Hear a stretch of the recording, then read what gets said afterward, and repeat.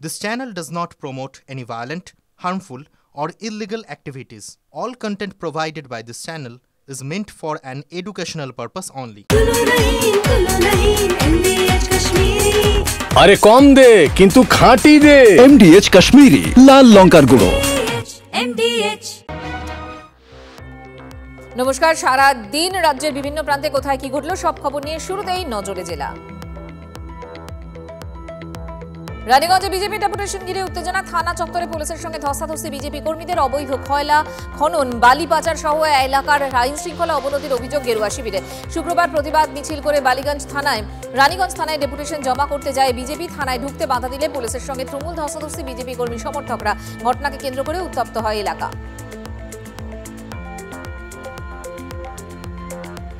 পথ দুর্ঘটনাকে কেন্দ্র করে তুলকালাম কাঁকসায়। ট্রাকের চাকায় পিষ্ট হয়ে যুবকের মৃত্যু, চালককে মারধর, ট্রাকে ভাঙচুর। শুক্রবার সকালে সাইকেলে বাড়ি থেকে বাজারে যাচ্ছিলেন কৃষ্ণবাউরি। অভিযোগ, বেহাল রাস্তা দিয়ে যাওয়ার সময় ট্রাকের সামনে পড়ে যায়। ট্রাকের পিছনের চাকায় পিষ্ট হয়ে ঘটনাস্থলে মৃত্যু হয় তার। দ্রুত রাস্তা সংস্কার এবং যান চলাচল নিয়ন্ত্রণের দাবিতে পথ অবরোধ করে বিক্ষোভ এলাকার মানুষের।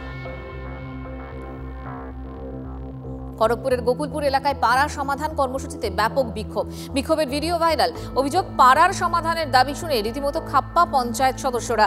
চোখ রাঙানি পঞ্চায়েত সদস্যের। গোকুলপুর এলাকায় বিধানচন্দ্র বিদ্যাভবন স্কুলে পাড়া কর্মসূচি অনুষ্ঠিত হয়। সেখানেই হতশ্রী রাস্তার কথা তুলে ধরেন বাসিন্দারা। অভিযোগ, বেহাল রাস্তার কথা শুনেই অগ্নিশর্মা হয়ে ওঠে কর্মসূচিতে আসা স্থানীয় জনপ্রতিনিধিরা। রীতিমতো বাগবিতণ্ডায় জড়িয়ে পড়েন তারা। জয়নগরে বিএলআরও অফিসে প্রকাশ্যে ঘুষ নেওয়ার অভিযোগ। জয়নগর 1 নম্বর ব্লকের ভাইরাল ভিডিও ঘিরে তোলপাড়। বিএলআরও অফিসের ক্লার্কের বিরুদ্ধে ঘুষ নেওয়ার অভিযোগ। হাত পেতে টাকা নিচ্ছেন ক্লার্ক, দেখা গিয়েছে ভাইরাল ভিডিও। আর ঘুষ নেওয়ার অভিযোগ অস্বীকার অভিযুক্ত ক্লার্ক নীলরতন মণ্ডলের। জমির তথ্য রেকর্ড করার জন্য টাকা নিয়েছি, 500 টাকার নোট নিয়ে 480 টাকা ফেরত দিয়েছি, দাবি অভিযুক্ত। বাগদায় ভুয়ো নথি চক্রে গ্রেফতার আরও এক। স্কুলের অশিক্ষক কর্মীকে গ্রেফতার করল পুলিশ। ধৃত স্বপন কুমার মধুর বাড়িতে হানা দিয়ে জাল সার্টিফিকেট, স্ট্যাম্প বাজেয়াপ্ত করা হয়। বুধবার গোপন সূত্রে খবর পেয়ে বাথুরিয়ার একটি বাড়িতে হানা দেয় পুলিশ। গৃহশিক্ষক নিশিকান্ত সরকারকে গ্রেফতার করা হয়। ঋণ প্রদানকারী সংস্থার কর্মী পরিচয় দিয়ে গাড়ি ছিনতাইয়ের অভিযোগ। ব্যারাকপুর থেকে উদ্ধার ঘুষ করার ছিনতাই হওয়া গাড়ি। গ্রেফতার 2 দুষ্কৃতী। বুধবার ঘুষ করার শিরিশতলা এলাকার গাড়ি রেখে একটি দোকানে যান শেখ মনিরুল। সে সময় অন্য একটি গাড়িতে করে এসে নিজেদেরকে ঋণ প্রদানকারী সংস্থার কর্মী বলে পরিচয় দেয় 4 জন। গাড়ির ঋণ বকেয়া রয়েছে বলে জানিয়ে গাড়ি নিয়ে চম্পট দেয় দুষ্কৃতীরা। কাটোয়ায় পড়ুয়ার মাকে মারধরের অভিযোগ। স্কুলেরই প্রধান শিক্ষকের বিরুদ্ধে। প্রধান শিক্ষকের সঙ্গে দেখা করতে গেলে অভিভাবককেও মারধরের অভিযোগ। আলমপুর অর্জুনডিহি প্রাথমিক বিদ্যালয়ের ঘটনায় শোরগোল।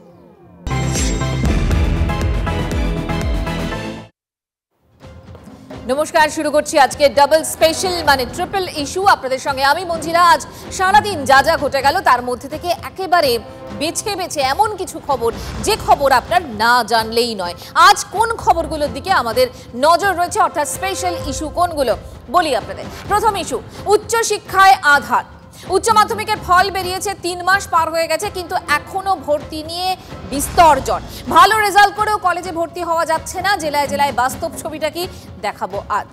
দ্বিতীয় ইস্যু, বাংলার গর্ভের রত্ন, পুরুলিয়ার মাটির তলায় গুপ্তধন, যার মালিকানা আবার সব থেকে বেশি চীনের। আমেরিকাও চায় সেই গুপ্তধন। কি সেটা এত প্রয়োজনীয় কেন? বিস্তারিত রিপোর্ট দেখাবো আজকের স্পেশাল ইস্যুতে। তৃতীয় ইস্যু, তিলোত্তমার জন্য তিলোত্তমা খুন ধর্ষণের 1 বছর, সুবিচারের অপেক্ষায় পরিবার। রাজপথে ফের গর্জন, আজ রাত দখলের ডাক। লাইভ ছবি দেখাবো আপনাদের।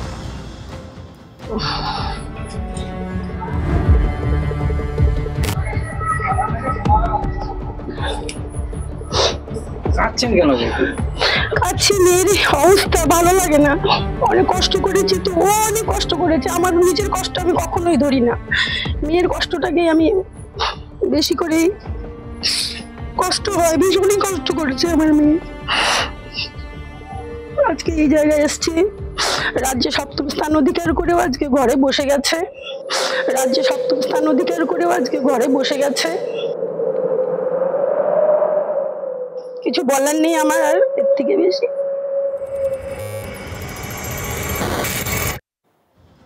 কাঁদছেন মা। কোন মা? উচ্চ মাধ্যমিকে 7ম হয়েছিলেন জলপাইগুড়ির কোয়েল গোস্বামী। সেই কৃতি সন্তানের মা।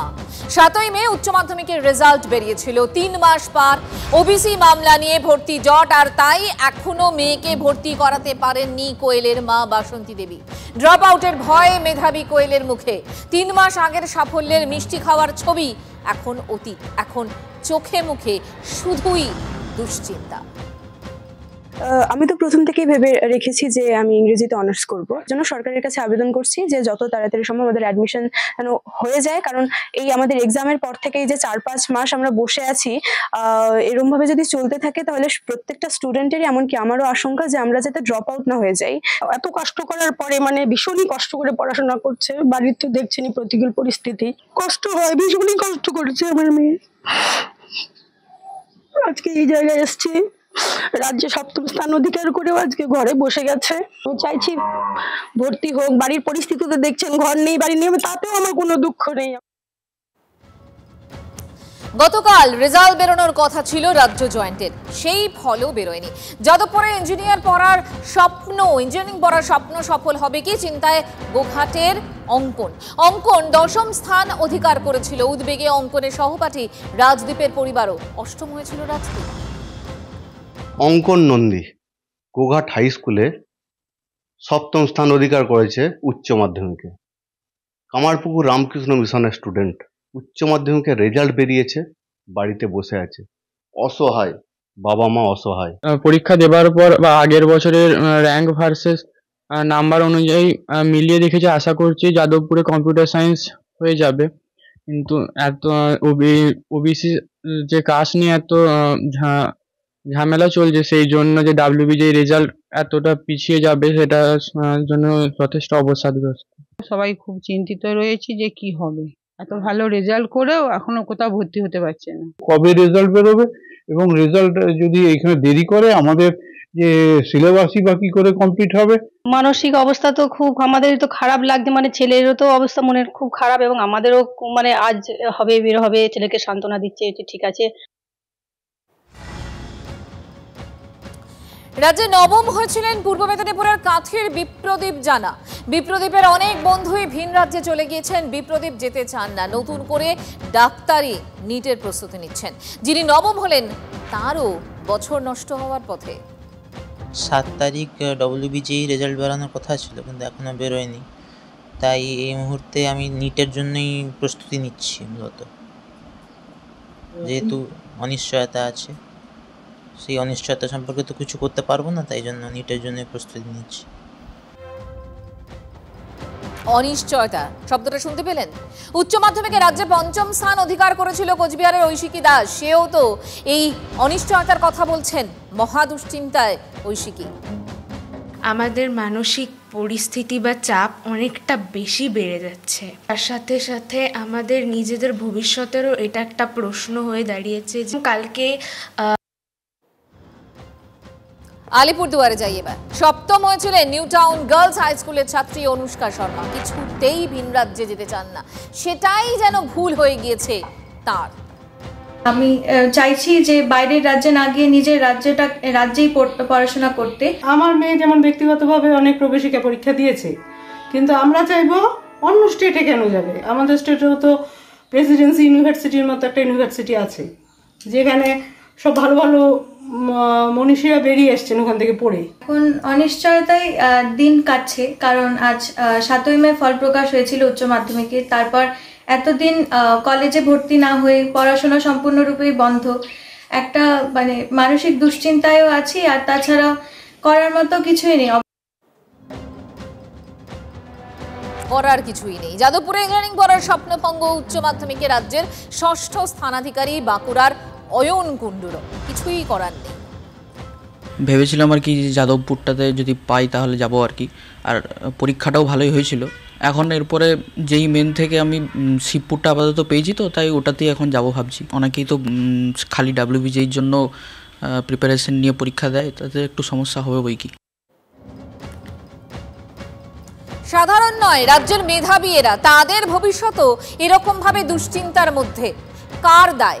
এই পরিস্থিতির জন্য দায়টা কার? বিরোধীরা বিচ্ছে শাসককে সুপ্রিম কোর্টে যাওয়ার কথা বলছেন শিক্ষামন্ত্রী। ওবিসি এর মাধ্যমে মুসলিমদেরকে সুযোগ পাইয়ে দেওয়ার জন্য চক্রান্ত চলছে, বাংলার ছেলে মেয়েদের ভবিষ্যৎ নষ্ট, জলাঞ্জলি দিয়ে দিয়েছে এরা। দেশের সর্বোচ্চ ন্যায়ালয়ের কাছে মেনশন করা হবে, খুব দ্রুত হবে, খুব দ্রুত। এইটার জন্য একটা জট হলো এই হাইকোর্টের এই রায়ের জন্য, কিন্তু এটা আমার মনে হচ্ছে খুব দ্রুত আজকালের মধ্যেই সমাধান হবে। রাজ্যের শিক্ষামন্ত্রী বলছেন খুব দ্রুত সমাধান হবে, কিন্তু ছাত্রছাত্রীদের গলায় তো হতাশা, কবে হবে সমাধান দেখা যাক। আচ্ছা, এই বাংলায় কি কোনো সম্ভাবনাই নেই? আছে, তবে মাটির উপরে নয়, মাটির নিচে। আমাদের আজকের দ্বিতীয় ইস্যু, পুরুলিয়ার ভূগর্ভে গুপ্তধনের খোঁজ, তাও আবার যেমন তেমন গুপ্তধন নয়, যে গুপ্তধনে চীনের মালিকানা সবচেয়ে বেশি, সেই গুপ্তধন। বিস্তারিত রিপোর্ট দেখলেই বুঝবেন বাংলার গর্ভে কোন রত্ন লুকিয়ে। এই মুহূর্তে বিশ্ব রাজনীতি নিয়ন্ত্রণ করছে এই রত্ন।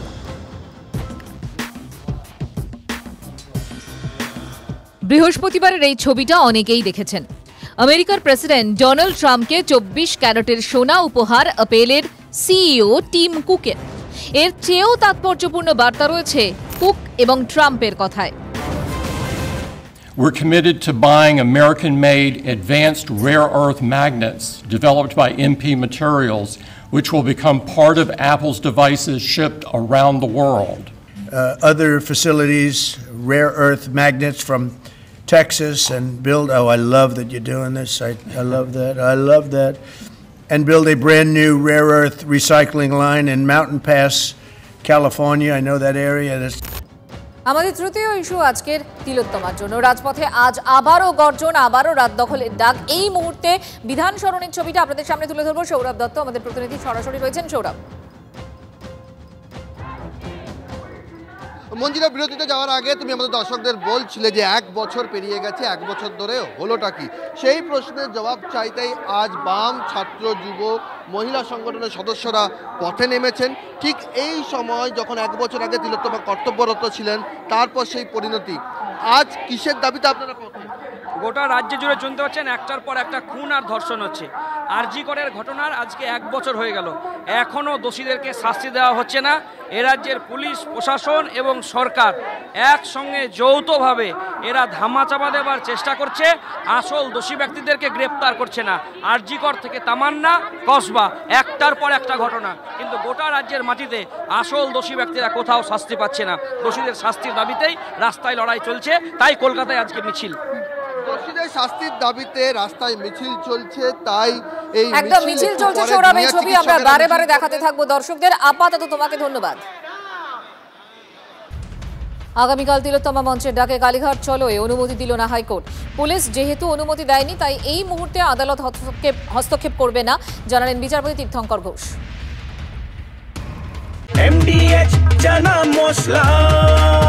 এখন ছোলা হোক বা বরবটি দানা, সাদা চানা হোক বা কালো, সব রান্নাই হবে অসাধারণ।